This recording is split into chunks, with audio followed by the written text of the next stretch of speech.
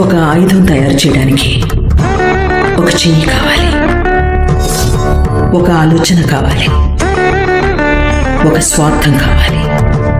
కానీ విధ్వంసం రావడానికి ఒక అన్యాయం జరగాలి, ఒక ప్రార్థన చేయాలి. శిక్షించకుండా వదిలేస్తావా అని తలపైకెత్తి చూసి అడిగాను. నాకు దేవుడిచ్చిన సమాధానం అభిషిక్త భార్గవ్, పెద్ద కొడుకు. వీడు నువ్వు చూసిన భార్గవ్ కాదు అప్పాజీ.